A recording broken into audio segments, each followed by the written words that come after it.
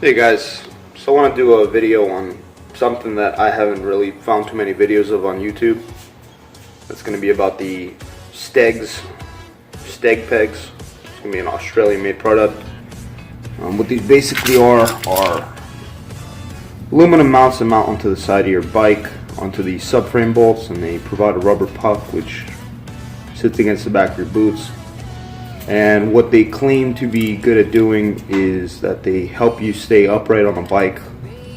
They help you lock your legs in so you control the bike more with your legs than your arms, which is supposed to in turn allow you to relax your grip on the bars, therefore reducing arm pump.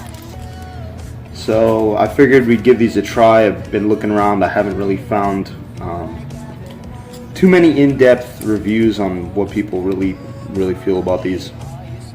So we're going to put them on, we're going to do a quick install video on them, we're going to ride with them, and I'm going to figure out what I think of them, and I'm going to let you guys know. So install for these STEG PEGZ looks pretty simple. It's going to be an 8mm T-handle socket, or just a socket. I'm going to be using a 3/8 inch ratchet. It's going to be a T45 Torx bit, a 5mm hex Allen, and a 13mm socket. It doesn't have to be a deep socket, that's just what I'm using. So the attachment for the STEG PEGZ is pretty simple. What it does is it basically replaces the subframe bolts here and the upper one with included hardware that STEGZ provides. So first thing you're going to want to do, you're going to remove this T45 Torx from your lower subframe mount to your frame, and then you're gonna either use the Torx if you want with 8mm, which is easier to remove your upper, and then you're gonna replace it with the fasteners provided by STEGZ. So the install looks pretty straightforward. So as I was saying, they're gonna give you two different sizes. So these are gonna be going on a 2016 KTM 300 XC. We got two pretty different sizes, and we figure out the sizes. Going to mount to your subframe area, so you just basically find the corresponding side, which has this length. So on your left-hand side of the bike, it's going to be this longer one. It's going to be the shorter one on the right-hand side. So, like I said, first thing you're going to do, we'll go ahead and start. We'll remove this upper 8mm. We'll just use the T-handle for this. It's really easy.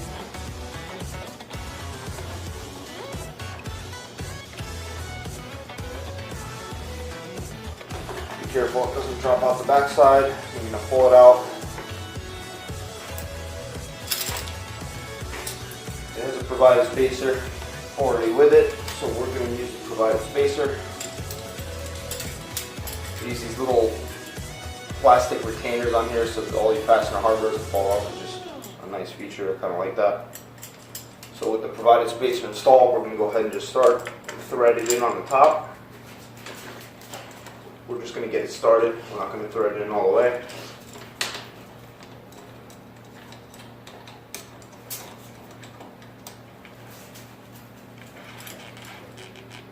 Okay. And then we're going to take our T45 and we're going to remove the lower bolt.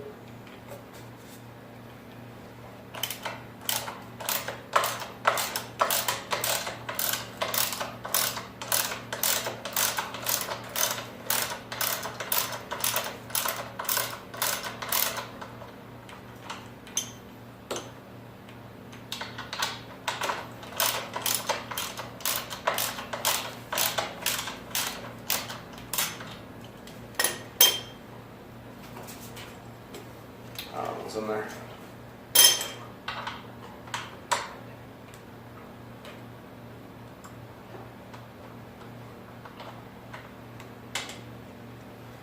Okay. And same thing, just remove that little plastic retainer that they use to keep the hardware on and in place.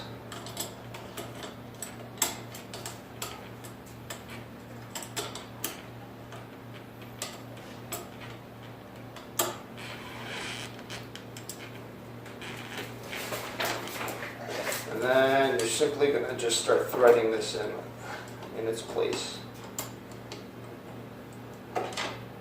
Now be careful, take your time to line everything up. Don't start just tightening stuff down because you don't want to accidentally strip anything.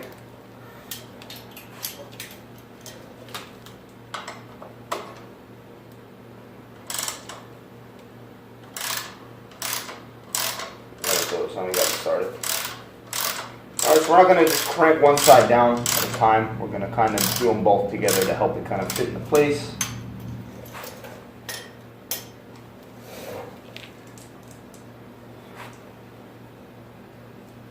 So, we're looking for the fit.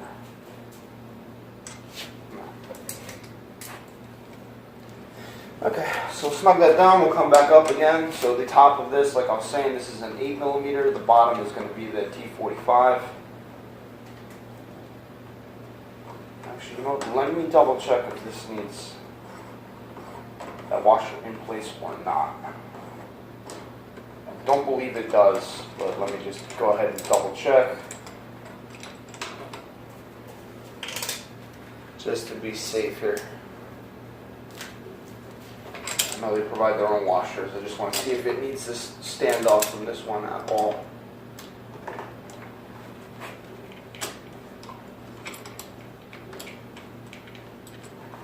Do I have enough thread off the back? I do.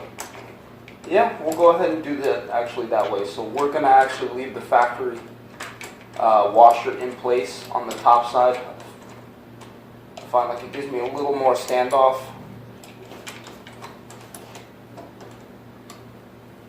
And then on the bottom, we're just going to use the supplied hardware.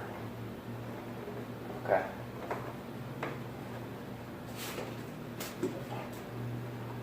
Okay, so snug down the top.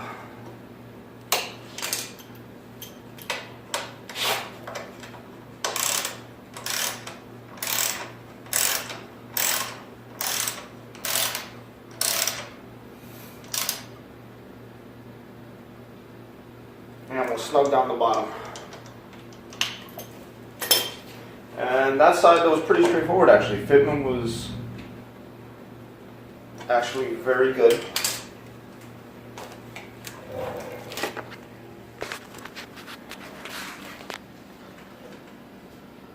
So you can see that one aligns right there too. What I was talking about with the washers, if you see in this back side, they give you this big supplied aluminum one, but there's also the factory KTM one, which is that flat one that's recessed.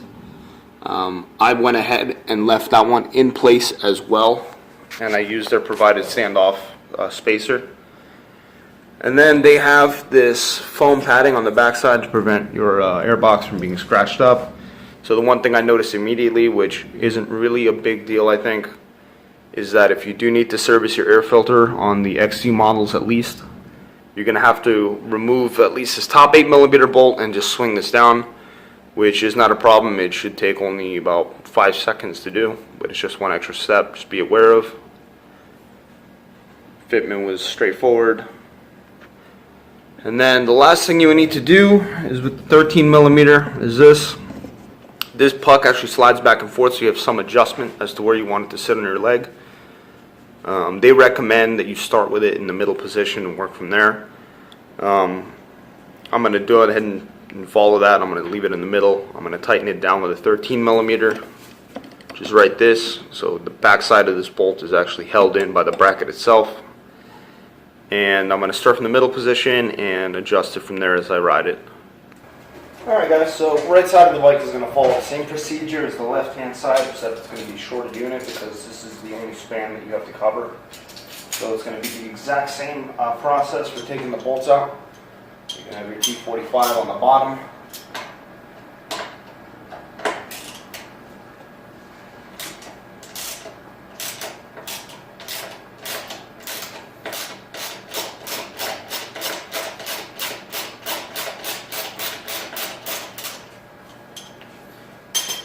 And then your 8mm up on the top.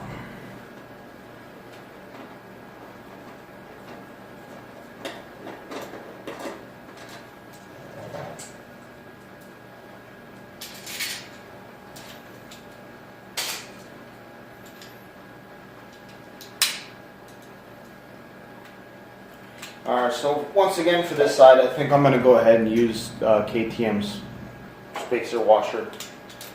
I'm going to leave that in place. We'll get the thread started on the top. Actually not, looks like it wants me to pull the bottom up too.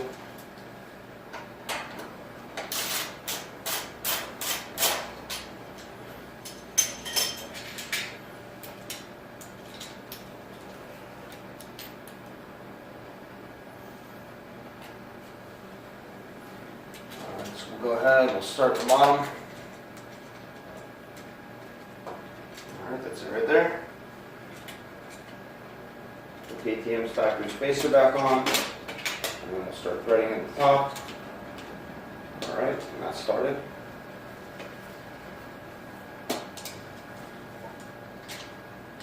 And then we simply start snugging everything down, same way as the on the left side.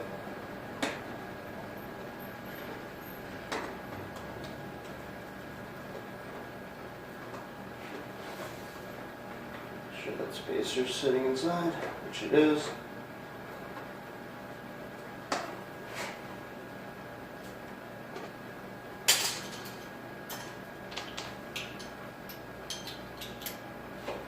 Five millimeter hex on the bottom.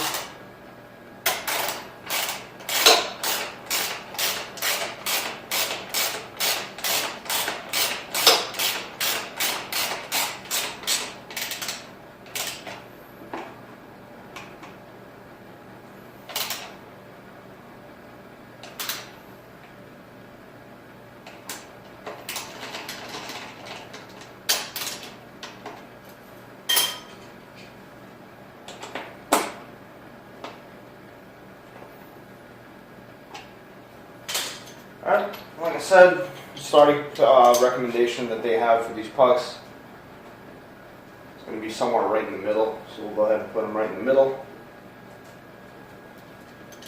And then it's going to take a 13 millimeter, tighten it into place.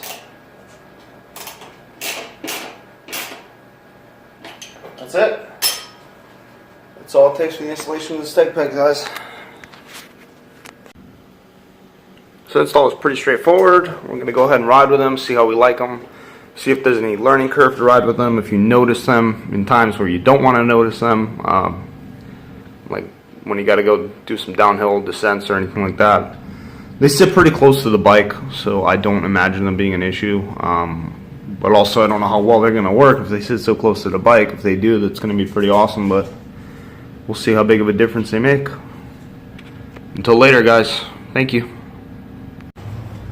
The whole concept of the STEG PEGZ, and I guess what they're trying to accomplish, is while you're riding in an attack or upright position, while you're standing, what these pucks are designed to do is to dig in when you squeeze onto the bike. And I can tell you right now, just from even doing it dry in shorts without having my boots on, as low profile as they are, they really dig into the back of your calves really well. And I'm really barely squeezing. I'm just kind of bringing my legs in against the bike. So right immediately when you do that and you try and push back, you feel them just lock into the back of your calves. And I can feel right now trying to like rock my body back that my grip on my bars is a lot looser, and I already feel just sitting on the bike stationary on the stand, I feel a lot more secured onto the bike. So yeah, those really grab the back of your legs, and I can tell if you just spread your feet apart when you're sitting, they're basically a non-factor. You don't even know that they're there, but when you bring your legs up against the bike and you try and push backwards against them, they really lock into the back of your calves. So we'll see how they do when they ride. They feel pretty good, but we'll see. I mean, obviously taking out some rocks and some big climbs, that's going to be a good test for them.